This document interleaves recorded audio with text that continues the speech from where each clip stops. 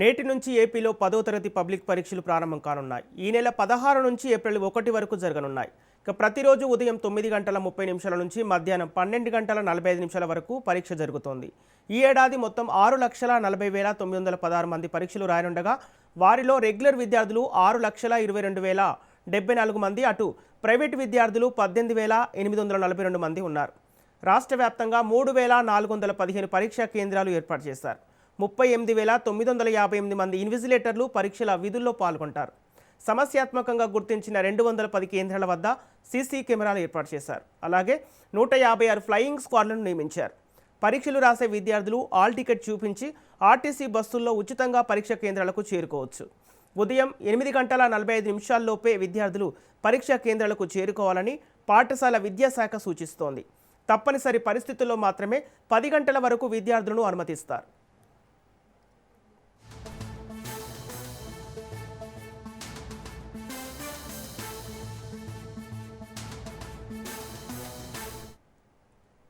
నేటి నుంచి ఏపీలో 10వ తరగతి పబ్లిక్ పరీక్షలు ప్రారంభమవుతున్నట్టు తెలుస్తోంది. అయితే పరీక్షా కేంద్రాల వద్ద ఎలాంటి భద్రతా ఏర్పాట్లున్నాయో, ఏ విధంగా ఉన్నాయనే విషయాన్ని మా ప్రతినిధి సంతోష్ అందిస్తారు. సంతోష్.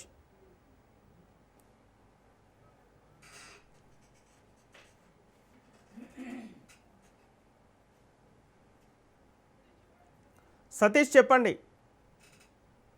పశ్చిమ గోదావరి జిల్లాలో ఈ రోజు అయితే 10th క్లాస్ ఎగ్జామ్స్ జరుగుతున్నాయని చెప్పవచ్చు. అంటే రాష్ట్ర వ్యాప్తంగా ఈ రోజు ఎగ్జామ్స్ జరుగుతున్నాయి. అలాగే దాంట్లో భాగంగానే పశ్చిమ గోదావరి జిల్లాలో ఈ రోజు 10th క్లాస్ ఎగ్జామ్స్ 9 గంటల 30 నిమిషాల నుంచి అలాగే 12 గంటల 45 నిమిషాల వరకు కూడా ఎగ్జామ్స్ జరుగుతాయని ఇక్కడ చెబుతున్నారు.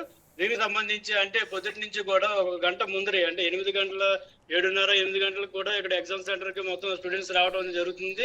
ఎందుకంటే వచ్చిన తర్వాత వాళ్ళ హాల్ టికెట్లు అందరూ కూడా ఏ రూమ్ లో ఎక్కడిచ్చారో, ఎగ్జామ్ రాయడానికి సెంటర్ లోపల ఏ విధంగా ఎక్కడ ఉన్నది అన్నది ముందస్తుగానే ముందరందరినీ కూడా స్టూడెంట్స్ తీసుకుంటున్నారు. అంటే పశ్చిమ గోదావరి జిల్లాలో సుమారు 24,116 మంది విద్యార్థులు అయితే హాల్ టికెట్ డౌన్లోడ్ చేసుకున్నారని చెప్పవచ్చు. దీనికి సంబంధించి 132 పరీక్షా కేంద్రాలను అయితే పశ్చిమ గోదావరి జిల్లాలో ఏర్పరిచారు. అలాగే 130 మంది స్క్వాడ్స్ కూడా ఇక్కడ మొత్తం ఈ సెంటర్లకు మాత్రం అందరినీ కూడా ఏర్పరిచారు. మొత్తం జిల్లాకి అందరూ కూడా 6 ప్లేయింగ్ స్క్వాడ్స్ కూడా ఏర్పరిచారు. అంటే ఎగ్జామ్స్ రాసేటప్పుడు ఒక అరగంట ముందరే లోపల ఉండాలి కాబట్టి, ఎందుకంటే వేరే షీట్ ఉంటుంది కాబట్టి ఆ షీట్ అంతా కూడా హాల్ టికెట్ నెంబర్ కూడా ఫిల్ చేయాలి. మొత్తం ఇంటర్నేషనల్ అయ్యే ఉంటాయి కాబట్టి మొత్తం అందరినీ కూడా అందులో ఉండే విధానంగానే ఉన్నారు. అంటే ఎగ్జామ్ సెంటర్ లోపలికి ఒకసారి వచ్చిన తర్వాత మళ్ళీ బయటికి వెళ్ళకోకుండానే తగు జాగ్రత్తలు అవుతాయి. అక్కడ ఎవరైతే ఇన్విజిలేటర్స్ అలాగే టీచర్స్ ఎవరున్నారో చెప్తున్నారు. అలాగే ఎగ్జామ్స్ జరిగే టైంలో పిల్లలు కానీ లేకపోతే అక్కడ ఉన్న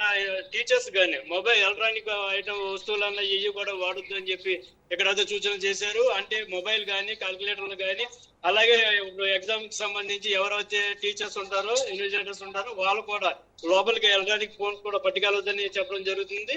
దీనికి సంబంధించి అంటే ఇప్పుడు ఈ ఎగ్జామ్ సంబంధించి మొత్తం 12 గంటల 45 నిమిషాల వరకు ఎగ్జామ్ జరుగుతుంది. ఈ లోపలనే పిల్లలకి కొద్దిగా ఇబ్బందులు గట్రా రాకోకుండా, అంటే ఎండ తీవ్రత ఎక్కువగా ఉండటం వల్ల ఏంటంటే పొద్దుటే రావడం ఇక్కడ వాటర్ వసతులు కూడా అన్ని కూడా సగంగా ఏర్పరిచారు.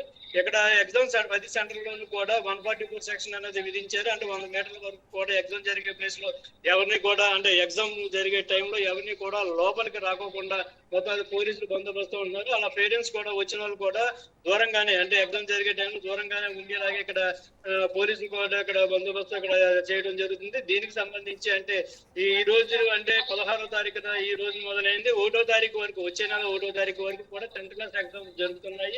ఈ కేంద్రంలో మొత్తం కూడా అంటే ఎగ్జామ్ సంబంధించి 10th క్లాస్ అంటే ఎటువంటి మాస్ కాపీలు జరగకోకుండా పోలీసులు అయితే బందోబస్తుగా ఉన్నారని చెప్పవచ్చు.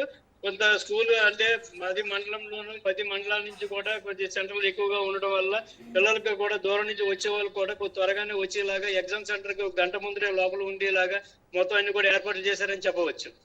ఓకే సతీష్, ఇప్పుడు పరీక్షా కేంద్రానికి ఆలస్యమైన విద్యార్థులను పరీక్షా కేంద్రంలోకి అనుమతించే అవకాశాలు ఉన్నాయా? అధికారుల నియమ నిబంధనలు ఎలా ఉన్నాయి? అంటే ఇప్పుడు ఎవరైతే 10 గంటల అంటే 9:30 నిమిషాలకు ఎగ్జామ్ స్టార్ట్ అవుతుంది. అలాగే అరగంట ముందరే అంటే 9 గంటలకే ఇప్పుడు ఎగ్జామ్ వాళ్ళు ఏదైతే క్వశ్చన్ పేపర్ అవి ఉంటాయో మొత్తం వాళ్ళ నెంబర్లు గట్రా ఉంటాయో ఓఆర్ షీట్లు అన్ని కూడా ఫిల్ చేసుకుంటానికి ముందర టైం ఉంటుంది కాబట్టి చూస్తున్నారు.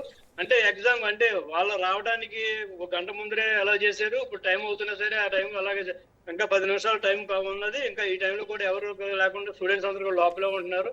ఎవరన్నా ఎన్ని కేసు ఏదన్నా ఇన్సిడెంట్ జరిగి లేకపోతే ఏదో ఇబ్బందుల వల్ల వస్తే తగు కారణాల చేతనే లోన పంపిస్తారు కానీ 30 నిమిషాలు అంటే 9:30 నిమిషాలు అంటే 9:30 నిమిషాలకి ఎట్టి పరిస్థితుల్లో కూడా బయట వాళ్ళని ఎవరిని కూడా లోపలికి వెళ్ళకోకుండా లోన ఉన్న వాళ్ళని కూడా బయటకి రాకోకుండా వచ్చే తగు భద్రతలతో ఇక్కడ పోలీసు బందోబస్తు ఇక్కడ ఎగ్జామ్ జరుగుతున్నాయని చెప్పవచ్చు. ఓకే సతీష్, ఇప్పుడు పరీక్షా కేంద్రానికి వచ్చే విద్యార్థులకు అధికారులు ఎలాంటి ఆదేశాలు జారీ చేశారు? అంటే పరీక్షలకు వచ్చేటప్పుడు లోపలికి వెళ్ళేటప్పుడు మొత్తం అందరినీ స్టూడెంట్స్ ని కూడా ప్రతి ఒక్కరిని కూడా పైనుంచి కింద వరకు కూడా స్కాన్ చేసి వాళ్ళ దగ్గర ఏమైతే ఉన్నాయో ఒక పెన్ను, ఎగ్జామ్స్ రాయడానికి సంబంధించి ఒక పేపరు, ఒక స్కేలు, ఆ పేపర్ మీద కూడా అది ప్యాడ్ మీద కూడా ఎటువంటి గీతలు ఎటువంటి దేవుళ్ళు బొమ్మలు లేకోకుండా ప్లెయిన్ గ్లాస్ షీట్ లాగా ఉండే ప్యాడ్స్ మొత్తం అన్ని కూడా ఇక్కడ వాడుతున్నారు. అలాగే దానికి సంబంధించి అంటే ఎటువంటి ఎలక్ట్రానిక్స్ ఐటమ్స్ కూడా లోపలికి పిల్లలు మొబైల్ కానీ బ్లూటూత్లు కానీ ఏవి పట్టుకెళ్ళకోకుండా తగు జాగ్రత్తలతోనే ఉన్నారు. అలాగే పిల్లలకి సంబంధించి ఏదన్నా ఇబ్బంది కలిగేలాగా అయితే ఇక్కడ బయట కూడా 108 లేకపోతే ఇవన్నీ కూడా, ఎందుకంటే కొద్దిగా ఎగ్జామ్ రాసేటప్పుడు టెన్షన్ పడుతూ ఉంటారు కొంతమంది విద్యార్థులు వాళ్ళకి ఎటువంటి ఇబ్బంది లేకుండా అక్కడ చిన్నగానే అక్కడ వాళ్ళకి మెడికల్ క్యాంప్ లాంటిది కూడా స్కూల్ దగ్గర కొద్ది బయట కూడా ఏర్పరచడం అనేది జరుగుతుందని చెప్పవచ్చు.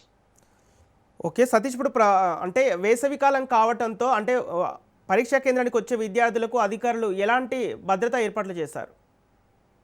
అంటే వేసవికాలం కాబట్టి అంటే ఇప్పుడు వచ్చేది 10th క్లాస్ అంటే ఇప్పుడు ఎగ్జామ్ రాసేటప్పుడు తెల్ల గంటలు రాయాలి కాబట్టి వీళ్ళు ఎక్కువగా అంటే వాటర్ మీద ఆధారపడి ఉంటుంది. వాటర్ సంబంధించి పొద్దున్నే లెగ్గానే స్టూడెంట్స్ అనేది మొత్తం అంటే ఫాస్ట్ ఫుడ్లు కానీ ఆయిల్ ఫుడ్లు కానీ తినుకోకుండా సంప్రదాయ పద్ధతిలో ఒక అదే ఫ్రూట్స్ కానీ జ్యూస్ కానీ మజ్జిగన్నం కానీ అదే కరోడ్ రైస్ కానీ ఏదైనా తీసుకుని ఎగ్జామ్స్ రాసే విధంగా వచ్చి పిల్లలు రాసేటప్పుడు ఒత్తిడికి గురవుకోకుండా నోరు ఆరటము లేకపోతే దాహం వేయటము అటువంటివి లేకుండా ఉండడానికి తగు జాగ్రత్తలు తీసుకునేలాగే ముందు ప్లానింగ్ తోనే స్టూడెంట్స్ ఉన్నారని చెప్పవచ్చు. అలాగే ఎవరైతే స్టూడెంట్స్ ఉన్నారో వాళ్ళకి సంబంధించి టీచర్స్ కూడా మంచి గైడెన్స్ కూడా ఇస్తున్నారు. అంటే ఎండ తీవ్రత ఎక్కువగా ఉండటం వల్ల సిల్క్ వస్తువులు కూడా ధరించుకోకుండా కొద్ది కద్దరు వస్తువులు కూడా ధరించి, ఎందుకంటే లోపల అందరికీ ఫ్యామిలీ రావాలంటే అందరికీ ఉండవు కాబట్టి కొద్ది అంటే ఎగ్జామ్స్ అనేటికి మొత్తం హాల్లో మొత్తం స్టూడెంట్స్ అందరినీ కూడా దూరం దూరంగా కూర్చోబెడతారు కాబట్టి వాళ్ళందరికీ ఎటువంటి ఇబ్బంది లేకుండా కద్దరు వస్తువులు ధరించి చెమటలు పట్టినా సరే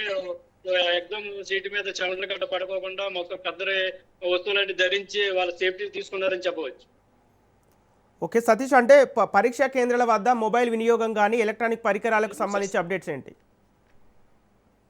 అంటే ఇక్కడ ఎగ్జామ్ జరిగే టైంలో ఎలక్ట్రానిక్స్ వస్తువులు ఏవి కూడా లోపలికి తీసుకెళ్ళొద్దని చెప్పి ఫస్ట్ లోనే ఎగ్జామ్ వెళ్ళే టైంలోనే మొత్తం అందరినీ చెక్ చేయడం జరుగుతుంది. అంటే ఎలక్ట్రానిక్స్ ఐటమ్స్ అయిన మొబైల్స్ కానీ అలాగే క్యాల్కులేటర్లు కానీ లేకపోతే ఎలక్ట్రానిక్స్ వస్తువులు ఏవి కూడా లోపలికి తీసుకెళ్ళకూడదని చెప్పి ఇక్కడ మొత్తం అక్కడ చెక్ చేస్తున్నారు. అలాగే ఎవరైతే లోపల ఇన్విజిలేటర్లు ఉంటారో అలాగే టీచర్స్ ఉంటారో మొత్తం లోపలికి వచ్చే స్క్వాడ్స్ కూడా ఎవరు కూడా మొబైల్స్ అనేవి లోపలికి పట్టుకెళ్ళకోకుండా ఉండాలని చెప్పి ఇక్కడ ఆదేశాలు అయితే జారీ చేశారు. దీనికి సంబంధించి పోలీసు బందోబస్తు ఉన్నారు. ఎవరు కూడా లోపల ఎటువంటి మొబైల్స్ ఎటువంటి ఎలక్ట్రానిక్ వస్తువులు వాడకూడదని చెప్పారు. ఎందుకంటే కొద్దిగా ప్రశ్న పత్రాలు లీక్ అయ్యే అవకాశాలు ఉంటాయి కాబట్టి లా నుంచి ఎవరు వచ్చినా సరే అనుమానంతో ఉంటారు కాబట్టి గమ్ముని ఇక్కడ పేరెంట్స్ కూడా బయట నుంచి చూస్తారు కాబట్టి ఏ సెంటర్లోని గొడవలు లేకుండా 100 మీటర్ల దూరంతోనే 144 సెక్షన్ అన్నది ఏర్పరిచారు. అలాగే ఇప్పుడు నర్సాపురం, పాలకొల్లు, భీమవరం అలాగే మొత్తం పశ్చిమ గోదావరి జిల్లా 7 నియోజకవర్గాల్లోనూ కూడా మంచి బందోబస్తుతోనే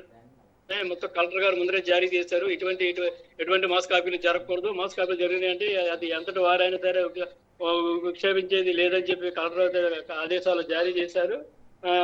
దాని నిమిత్తం ఇక్కడ అంతా కూడా పకడ్బందీగా శాంతి భద్రతలతోనే అంతా కూడా ఎగ్జామ్స్ జరుగుతున్నాయని చెప్పవచ్చు. ఓకే సతీష్, ఇప్పుడు మాల్ ప్రాక్టీస్ కు పాల్పడే విద్యార్థులపై ఎలాంటి చర్యలు తీసుకునే అవకాశం ఉంది? మాల్ ప్రాక్టీస్ ఎవరైనా చేసినట్టు కానీ స్క్వాడ్ లో దొరికితే కనుక ఎగ్జామ్ సెంటర్ నుంచి పంపించడం జరుగుతుంది. మిగతా ఎగ్జామ్ కూడా రాయకుండా చేస్తారు. కంపల్సరీ ఇప్పుడు అన్ని ఎగ్జామ్స్ పాస్ అయ్యి ఒక ఎగ్జామ్ పాస్ అవ్వకపోయినా సరే ఆ క్యాండిడేట్ ఫెయిల్ అయినట్టే వస్తుంది. అందుకు ముందు జాగ్రత్తల్లోనే ఇప్పుడు అందరూ కూడా మొత్తం ఎవరైతే టీచర్స్ ఉంటారో ఏ స్కూల్లో చదువుతున్నారో ఆ విద్యార్థులు అందరూ కూడా గైడెన్స్ ప్రకారం మొత్తం విద్యార్థులు అంటే స్టూడెంట్స్ అదే టీచర్స్ అందరూ కూడా విద్యార్థులను ముందరే గైడ్ చేస్తున్నారు. ఎవరైనా చిన్న చిన్న తప్పులు చేసి ప్యాడ్ల మీద రాసుకోవడం, చేతుల పైన రాసుకోవడం, స్లిప్లు పెట్టడం అన్ని జరిగితే స్క్వాడ్లు దొరికారంటే ఎటువంటి సంబంధం లేదని చెప్పి ముందరే పేరెంట్స్ చెప్పారు. అటువంటి ఏమీ జరగకోకుండా మొత్తం అంతే తగు జాగ్రత్తలతోనే ఇక్కడ తీసుకున్నారని చెప్పవచ్చు. Okay right, thank you Satish.